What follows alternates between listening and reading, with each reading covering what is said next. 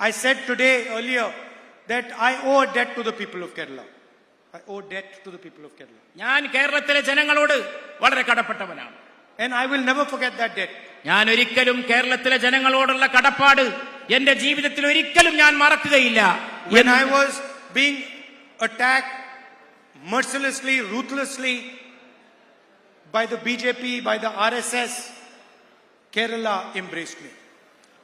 ബിജെപിയുടെയും RSSന്റെയും ക്രൂരമായ ദയാദാക്ഷിണ്യമില്ലാത്ത ആക്രമണങ്ങൾക്ക് ഞാൻ ഇരയാക്കപ്പെട്ടത് തീർച്ചയായും ഞാൻ. They say that you find out who your friends are in the most difficult time.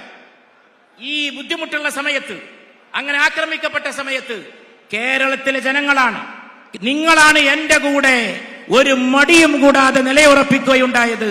In the most difficult time I found out that Kerala is my friend. വളരെ പ്രയാസമേറിയ ക്ലേശകരമായ സന്ദർഭങ്ങളിൽ കേരളത്തിലെ ജനങ്ങൾ എപ്പോഴും എന്റെ കൂടെ ഉറച്ചു നിലകൊള്ളുന്നത് മാത്രമാണ് എനിക്ക് കാണുവാൻ. Not just my friend but my protector also.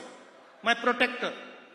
Not just my friend but also my protector. മാത്രമല്ല ഇതെന്റെ സംരക്ഷകരായിട്ടുള്ള എന്റെ സുഹൃത്തുക്കൾ മാത്രമല്ല, അല്ലാത്തവരും എന്നോടൊപ്പം നിന്നിട്ടുണ്ട് എന്നുള്ളതാണ്. So I am ready to do whatever the people of Kerala want to help build a good future for the people. അതുകൊണ്ട് കേരളത്തിന്റെ ഭാവിക്ക് വേണ്ടി നിങ്ങൾ ആവശ്യപ്പെടുന്നത് എന്താണോ അത് നിങ്ങൾക്ക് വേണ്ടി ചെയ്തു തരാൻ ഞാൻ സർവദാ സന്നദ്ധനാണ് എന്ന് ഞാൻ എന്റെ സഹോദരൻ. And I am forever a soldier of the people of Kerala. ഞാൻ കേരളത്തിലെ ജനങ്ങൾക്ക് വേണ്ടി നിലകൊള്ളുന്ന ഒരു പടയാളിയാണ്, നിങ്ങളുടെ കർമ്മഭടനാണ് എന്ന് ഞാൻ നിങ്ങളോട് പറയും. Thank you very much.